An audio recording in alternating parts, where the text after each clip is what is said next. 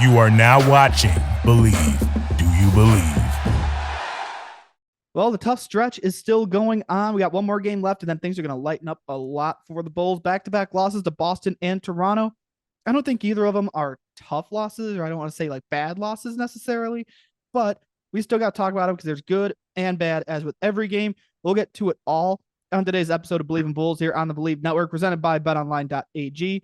I am your host, Nick Schultz, alongside my co-host, former Bulls Bench Pop member and Tennessee Vol CJ Watson. CJ, how was your weekend, man? Things going good?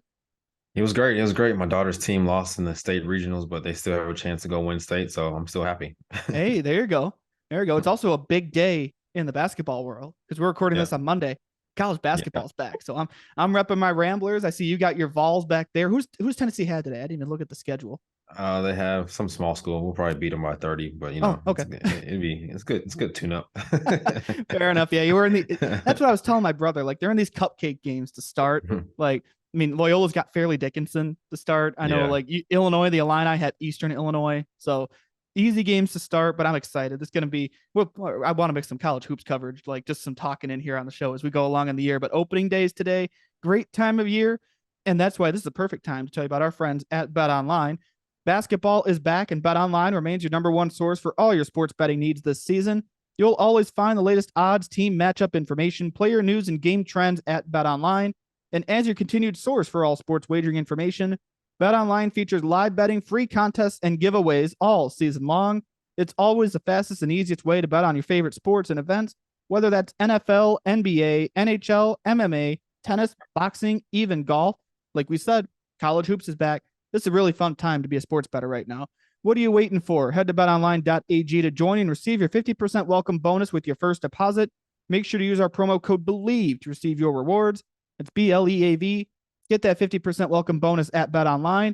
It's where the game starts. And don't forget, we have an official t-shirt of the show, Jordan Pippen 98, The Last Dance, available exclusively at shop.believe.com. Now that we have the video component, I should actually like wear it on the show so you guys can see what I'm talking about. Shop.believe.com, Jordan Pippen 98, The Last Dance. There's a lot of good stuff there. Cam Rogers and the guys doing really, really good work. Another team that's doing good work, even though they're losing the last couple games, is the Bulls. I think we've seen some good signs. We lost to Boston 123-119. That game felt winnable, and you missed Andre Drummond in that game. Andre Drummond's still out with the shoulder. Toronto game, Bulls lost 113-104. That game was tied at 93, and I felt like I blinked, and all of a sudden it was a 10-point game. That's what we talked about before we started recording here. But kind of your thoughts on these two losses, because like I said, I don't think they're bad losses necessarily, quote unquote bad losses, but you know, in a stretch like this, you're gonna lose some. Yeah, I think so. You know, it was a good fight, especially the Boston game. They definitely had chances to win this game. I think just down the stretch, we got to learn how to close out games better and how to win games, and that just comes with maturity, comes with experience, and it happened over time. And I think the Toronto game, I mean, Toronto's my sleeper team. I think they're really capable of beating anyone in the East and capable of coming out of the East. So I think DeRozan had a really big game. And I think everyone else stepped up a little bit, but Caruso kind of struggled a little bit. But, you know, here and there, he was a stat stuffer that he had 11 assists, 11 rebounds. So everywhere else he was playing great just for shot making. He didn't really show up for us that night. Yeah, I mean, we'll talk about Toronto too, because I have my thoughts on the Raptors. I agree with you. I think they're like a sleeper team or an underrated type team. But that Boston game, I'm not mad about losing by 4 points at the Garden when Tatum and Brown do Tatum and Brown things. Like, if Jason Tatum and Jaylen Brown are playing at that level, they're tough to beat anyway. And yes, you got a banged up star in Zach LaVine. You don't have Andre Drummond. Kobe White also missed that game. The fact that they were to keep it as close as they were, I think they had a lead at one point. To me, I don't like moral victories necessarily. I don't want to say, hey, they had moral wins, but they looked good. It's just a matter of, we'll talk about it later on too. Once they get fully healthy, this thing's going to come together quick. Yeah, I think so. Like you said, we're still pretty banged up, the Bulls. We didn't have one of our best players there.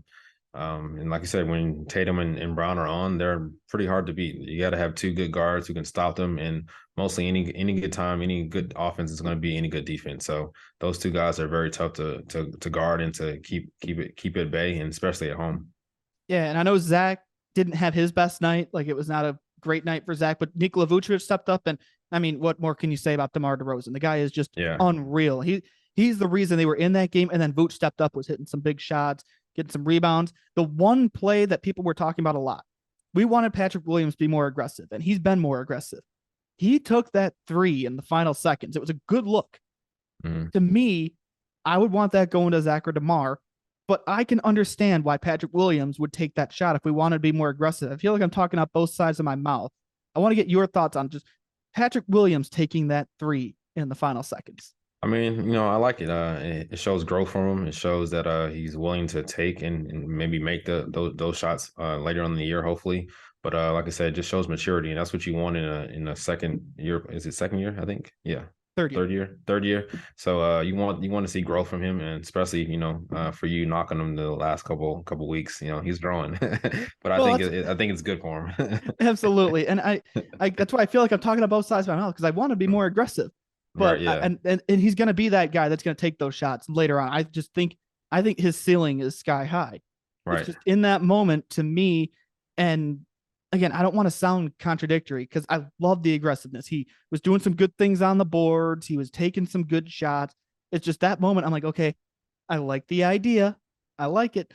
It's just maybe that's the time to make that extra pass. But I can kind of see when you get a look like that, I feel like you have to take it. And 2 weeks ago, he wouldn't have taken that shot. So to me, that shows the growth. I think we're seeing him grow before our eyes. Yeah, for sure. Yeah, he's wide open. You got to take it, and no one else is gonna take that shot. Or if you pass it to Zach or DeMar, they're gonna force up a shot with 2 people on them. So you rather him take a open shot than rather Zach or DeMar, force up something over 2 people with no chance of going in. So like I said, I like the growth in him. It shows his confidence, and it shows that he's trying to improve, and he wants to improve. He wants to be better, and he's willing to take those big shots. Yeah, that goes back to the good signs that I keep talking about. I like seeing good signs. Like if you're losing games, I want to see good things. I don't want to see blowouts. And the best part about this little stretch, they haven't gotten blown out necessarily. They haven't gotten run out of the building. Like they've been keeping it close. To me, having something like this early in the year, I was looking, the Bulls they're tied for the most games played in the NBA, and they played tonight, Monday night. So they're going to play the most games in the league so far. They haven't looked bad despite the tough schedule. So now that things are going to lighten up a little bit, get some guys back in the rotation, maybe they could be, like I said, put themselves in position to be in position. You want to have your tough schedules, early on in the season. So hopefully later on, you'll be able to get your rest, you'll be able to work on things, and hopefully get more practice in to work on certain situations in games. Just like you said, the end of the game for Patrick Williams, to be able to work on things like that with more practice time. I think now they haven't really got a lot of practice time, so they're just pretty much just going off the fly, and they're not their full strength. So once all that happens, I think we'll see a different team. And now the Toronto game, no Zach LaVine, no Kobe White, no Andre Drummond. You could tell they didn't have those guys because the game plan with Toronto, anytime Nick Nurse can get a defensive advantage, that scares me because he had the defensive advantage because what do? You just throw the house at DeMar. Right. Throw a double team at DeMar, force someone else to beat you, and that worked effectively. Yes, they got into it late. They tied it up late. But you saw, I like to say the cream rises to the top. Now, they didn't have Pascal Siakam because he's got an adductor injury. But even so, the Raptors are a dangerous team, especially against the Bulls. They're big, they're tall, they're lengthy. They can play strong defense because Nick Nurse is a great defensive mind, in my opinion. Yeah. And I think, like you called them your sleeper team. I agree with you. I think they're a team that don't count them out. I don't care if they're playing bad. Don't ever count them out because they can turn it around like that because of their size. They can lean into that and play really good defense and stifle you. Oh, yeah, for sure. Just like you said, they're young, they're long, they're athletic. They can guard you with 3 or 4 different people. And I think it was a great coaching strategy, like you said, with Nick Nurse letting DeMar go off. But in the fourth quarter, sending double teams at him and letting other people beat him. And that's what you want because like 9 times out of 10, those guys who haven't had the ball through the first 3 quarters, they're not going to be able to make shots in the fourth quarter because DeMar has been getting the ball and he's rolling, he's hot. You got to keep giving it to him. So that's a great coaching strategy. It's going to work 9 times out of 10. One thing, I actually forgot to put this in our rundown, but I was looking at the box score. Dalen Terry played 10 minutes. Yeah. Like to the point where my dad asked me, who's Dalen Terry? I'm like, okay, first of all, listen to my show. Right. Listen to us. We've talked about him. Subscribe, Dad. Yeah, I'm going to tell him. I'm going to teach him how to hit the subscribe button so he can hear who Dalen Terry is because we talk about him. It's seeming like every show we're like, hey, where's Dalen Terry? We got Dalen Terry minutes. And his stat line, 10 minutes, 2 for 2 from the field, a rebound, an assist, a steal, a block. He was, I know plus minus, you can make what you want a plus minus. He was +1. So he didn't hurt him. I Right. like that. I like seeing guys like Dalen Terry get minutes because, I mean, I didn't do a lot of Arizona coverage last year. I talked about that before. But Dalen Terry can defend any position on the court. He's Yeah. lengthy, he's athletic, and I think his jumper needs some work. That was something that even Arturas said after the draft. But to see him get some minutes, and he looked good in the little bit that I saw, Yeah. maybe he can start working his way into the rotation a little bit. Yeah, I think so. Especially with guys being out. That's what the bench is for, to come in and trying to earn some minutes. And I think in the Boston game that we got great bench production that game, but the Toronto game we didn't get a lot of bench production because obviously DeMar was going off, so didn't really need it. But throughout the season, we're going to need that bench production for when guys are out, when guys are trying to get some rest. So I think that's a big plus for the Bulls. And I like seeing if you it's your first round pick. That's the big thing. It's not like this is let's put him in Ayo Dosunmu's shoes. Let's say Ayo Dosunmu isn't what he is now. If he's a second round pick that you're maybe developing a little more and you're not going to play him as much, that's how I maybe could see that approach if we were later in the year. But 10 games in, the 11th game of the year, Dalen Terry gets in. To me, that bodes well for seeing him more in the future. And we talk about the perimeter defense being a concern. Maybe he can come in and help out with that as the year goes on. Yeah, for sure. You want to throw as many guys as you can in there and to see what you have, to see what you're working with. And like I said, he's your first round pick, so you want to see what you invested in, and hopefully that investment turns out to be a great one down the line. Yeah, and that's going to be the other thing that goes to the team getting healthy because we talked about it. Andre Drummond dealing with the shoulder injury. Kobe White has a quad bruise. Zach obviously in and out with the knee, and the 3-point shooting suffered against Toronto without Zach and Kobe. So that's something we can even if we want to potentially maybe 11 games in start thinking about trade deadline acquisitions. Like maybe another 3-and-D guy could be something good because maybe you're seeing some weaknesses exposed, but at the same time, your best 3-and-D guy is still out. We'll get to Lonzo Ball in a second, but just approaching things without Zach and Kobe. Let's say, I mean, you're down 2 of your better 3-point shooters. I'd say they're probably 2 of your go-to guys.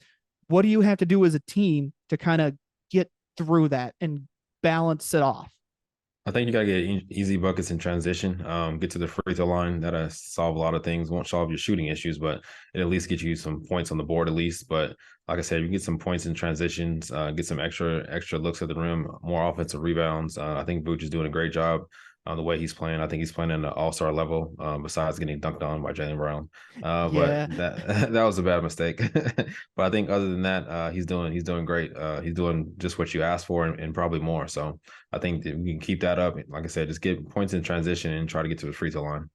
I think we've gotten past any questions about whether Nikola Vucevic can be effective on this team, even with all the trade rumors that I was definitely feeding into over the offseason. Like, I think he's turned it around, and that couldn't have come at a better time because I don't want to know what would happen if we had last year's Vucevic right now.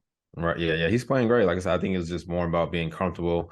Another year on his belt in the Billy Donovan system, get to know his teammates a little bit better and the city probably better. So I think that's when that comes into play. I think all those things comes into play when you're being a great basketball player on the court. I think off the court, your teammates, how you like the city, all that stuff kind of correlates when you want to be great in that environment. Now let's get to Lonzo because I teased the Lonzo update. We got an update from Billy Donovan on Lonzo Ball the other day. He's very, very optimistic. He's running in standing water. He says Lonzo feels freer, quote unquote, than he did before the surgery. We still don't have a timeline for his return, but I feel like an optimistic update is just any update is an update at this point, but a positive one, that's got to do something for like, especially for the fans, like kind of calm him down a little bit. Like, okay, he is going to come back. It sounds like he's doing well. Does that do anything for the team hearing any of those positive updates? I'm sure that the team knows more than what the fans or we know. They're with them every day, watching them in the locker rooms and working out and training, stuff like that. So, I mean, I don't plan to see him to maybe around All-Star break or maybe after. So especially with the knee injury, you don't want to come back too early, too soon, and then miss the whole season. So I think just be cautious, take it one day at a time, 1 week at a time, 1 month at a time, and hopefully he progresses and gets back full strength. And this could be a Bulls fan thing too. Just, the history with Derek. Any knee injury with a point guard scares the crap out of me. Like that's just one of those things I know you were there for that whole thing. Yeah. And knee injuries scare me. So I don't want to rush him back. I don't want him taking too long though, because you don't want to wait too long in the season and dig yourself into a hole. Right. But all in all, a positive update that makes me feel a little better. Yeah, I think any update is good for fans just to ease the pain, just to just quiet them down for a little bit. But I think, like I said, we just want him to come back healthy, strong, and whenever he's ready, just get back out there on the court and help the team. Is it possible to quiet Bulls fans down? I don't think so. They've won 6 championships, and the greatest player played there, so I don't know. Yeah, I mean, I don't want to date anybody, but let's just say that last championship was a month before my time. I was born in July of '98. Right. Yeah, but Bull fans, man, like I love them. Like Bull fans are great. Like Yeah. I don't want to sound like I'm knocking Bulls fans. They are fantastic. They show out because the team's looking good. I mean, and it helps that Stacey King is being Stacey King, and he's just Yeah. relentless on the broadcast, and he's engaging on Twitter. Bulls Twitter is an interesting place. But when it comes to knee injuries with a point guard, it's one of those things you hesitate. Like, okay, I've seen this movie before. What's good? Right. And obviously, Lonzo's injury is not as serious as Derek's was, but Right, it's still that mental block, at least for me. Just like, let's be really careful here. Yeah, you want to. Like I said, I know the Chicago fans are great. They support the team in great years and in bad years. So, they always are pretty reasonable. But they, like any other fan, they want their team to win. I think that's the greatest thing about Chicago. They take pride in all their sports, not just basketball. Every sport that I've been around in the city of Chicago, they love.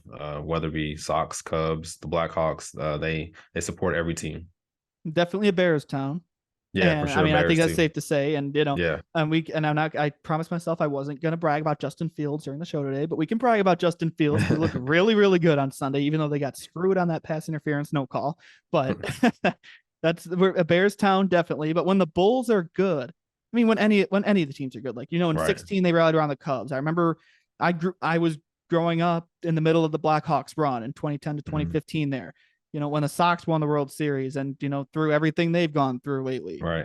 When the Bulls are really good, that's going to elevate things because, like you said, with the history with Michael and the championships, and I think I don't want to put them at that level yet. Just they don't have the GOAT right now. Right. Yeah. No, Yeah. you have great players. You don't have the GOAT. But if Right. they can string together a run and make a few playoff runs and maybe crack the Eastern Conference Finals down the road, I don't want to get too. That's not this year. I don't want to say this year they're doing that. But stay healthy, get this team healthy and on the right track. That's going to boost morale even more, and that's going to fill up the United Center. Oh yeah, for sure. Like I said, I don't think they really need the GOAT. You just got to have the right players in the right system, and everyone just know their role. That's kind of how we did when with the Bulls. Obviously we had D Rose, and he was the MVP of that year, and we just all filled in behind him. We knew he was a star, and we just tried to help him out as much as we could. And it helped you had Tibbs too, because I'm a big Tom Yeah. Thibodeau fan. Yeah. Practices were rough, but Tibbs could have calmed down I've on that. heard But yeah, but it made the games easier. So the practices were way harder than the game. So Yeah, I feel like Tibbs is kind of a love-or-hate at this point. Like, at least with the fans. I don't know how he is with the players, but I know fans, he's kind of a love-or-hate. And I'm a Tibbs fan. I always have been. Yeah. Like, when they were looking for a coach after they fired the last guy, I keep bringing him up. Quit bringing up the last guy. When they hired Billy Donovan, one of the names I threw out was, hey, why don't you go talk to Tibbs? Because I wouldn't mind running that back because I'm a fan. Yeah, Tibbs is a great coach. Like he wants the best from his players, and he prepares you. He wasn't really a player, but I know he knows how to prepare people from top to bottom, and it really shows because he had us prepared. We knew everything about our opponent. We just couldn't beat a guy named LeBron and his team, so that's just the worst part about it. Yeah, that makes things pretty tough when you're playing. Yeah, for sure. And I know things aren't going necessarily great in New York with Tibbs. Like, they're not making a run or anything right now. They're kind of stuck in the middle, but the fact that they have him there, I mean, he's going to try to get the most out of him. I don't know whether it's Randall. I like the Jalen Brunson addition, but yeah, that's just and with New York, especially if the Knicks are struggling in any semblance, it's going to seem like the sky's falling. Like, and that's just a passionate fan base, but I don't have a problem with Tibbs coaching in New York. I know people do. I think he's a good fit out there. Yeah, I think he is too. He's definitely for that city. He's passionate, just like the New Yorkers are. New York is a great fan base. They support their team, win or lose, and they'll probably cheer for the opponent more than the home team, which is kind of, it sucks, but it's a part of basketball. It's a part of life. Yeah, definitely. Hey, while we're going around the association here, I feel like Brian Windhorst, when I wrote this in the rundown, I did that on purpose. Like, what's going on in Utah? Yeah. Like I feel like I was doing that in my head. Like what's going on in Utah? Because how are the Jazz 8-3?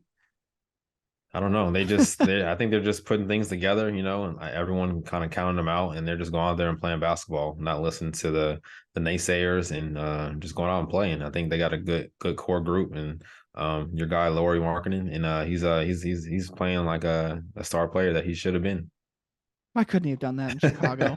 I mean, seriously, I see aggressive Lowry Marketing highlights on my TV, and I'm sitting there going, "You couldn't have done this 4 years ago." You got to be happy for the guy. You never know what was going through his head. The things that players go through, but you're happy he's seeing them flourish now and be productive. Look, of course I'm happy for Lowry. I'm happy he's seeing the success. But that said, there are I told you this. I get into the Twitter mentions sometimes, and I see people saying, "Should the Bulls have kept Lowry Marketing? Did they lose that sign and trade? They should not have kept Lowry Marketing. That shouldn't have happened. He would not be doing what he's doing in Utah and Chicago right now." I don't think he would have fit well with Vucevic. I don't think he would have fit well in the system. I think going to Utah, and I always say the most dangerous team in sports is a team that has nothing to lose. Yeah. Utah is a team that has nothing to lose. So he's out there just going out there with nothing to lose, and he's showing out. That's when he played his best. He played his best on the bad Bulls teams in the dark ages between Hoiberg and Boylan. Is that his name? Like he played his best in that window. So now he's on a team in Utah that was not expected to do anything. All of a sudden they're 8-3 with a coaching change. And after trading Rudy Gobert and Donovan Mitchell, I can't wrap my head around the fact that the Jazz are good. Yeah, they're pretty good, and they're shocking a lot of people. Like I said, he's playing good, and all you can do is wish the best for him. And like I said, that's why there's more teams in the NBA. Every team you're auditioning for, a new team, so you never know who wants you or who sees that you can be a good fit in their system more than a team. The other one that gets me is when people say the Bulls should have kept Wendell Carter and not traded for Vooch. Wait a minute, no, that trade needed to happen. Right? And yeah. Wendell Carter is playing at a higher level in Orlando because Orlando is a bad team. I mean, they're on the up and up. We've talked about it. We're big Paolo Banchero fans. I think they're on the right track, but Orlando is still not a good team. So Wendell Carter is going to be one of the better players on a rough team. That trade needed to happen because you're seeing Vooch turn the corner, like we said. And I think that's kind of the validation. I'm sitting here going, see, I told you that trade needed to happen. Yeah. Things always work out, I think, for the best and for the whatever position you're trying to play in. And I think every player needs a new situation every now and then, especially if they're not going the route that they want to go. You just gotta, break the relationship up and move on. Well, that was the Lowry Marketing situation. It felt like it was just needing a change of scenery. And it worked out. He did well in Cleveland. All of a sudden he gets shipped off to Utah, and here they're 8-3. Yep. He's playing good. He's probably their best player and probably their go-to player, maybe.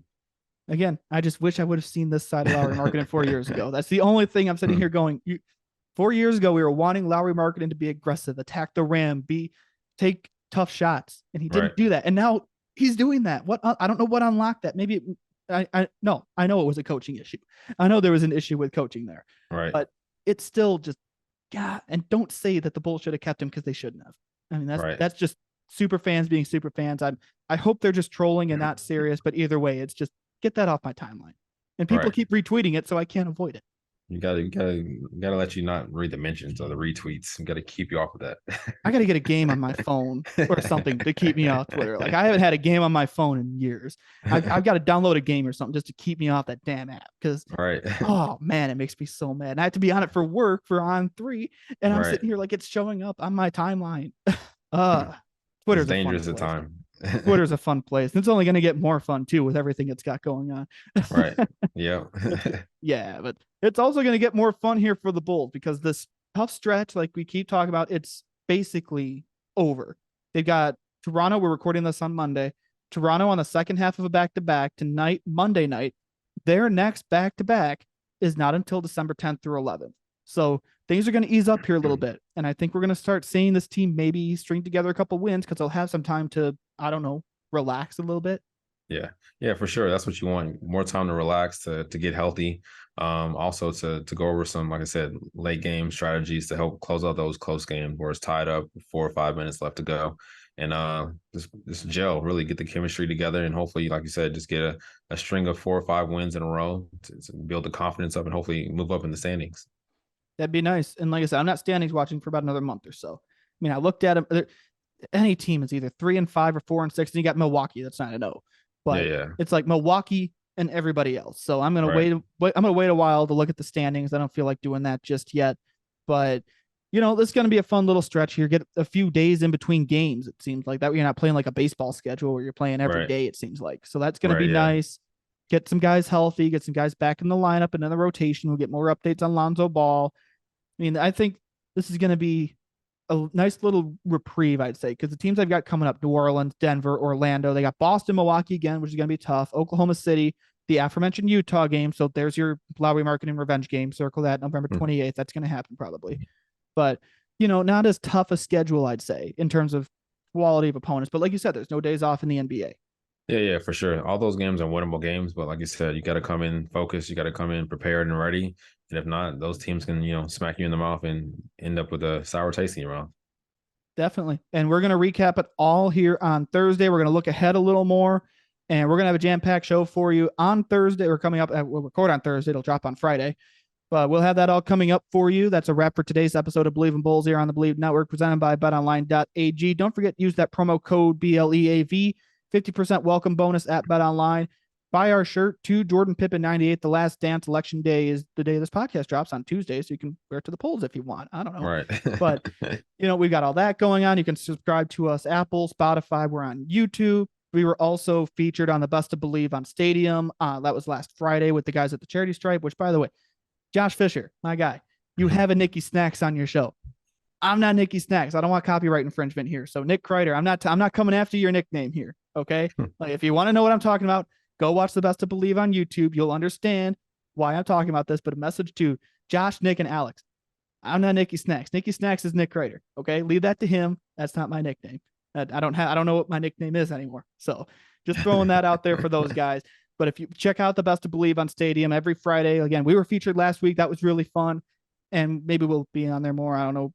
The guys at the Charity Stripe do a great job planning all that out. But we will for sure see you back here on Friday for another episode of Believe in Bulls, and we're going to have a nice little breather in the schedule. That's going to be very nice to talk about. We'll see you back here then. Appreciate it. Thank you for watching Believe. You can find more great content at Believe.com. That's BLEAV.com. Do you believe?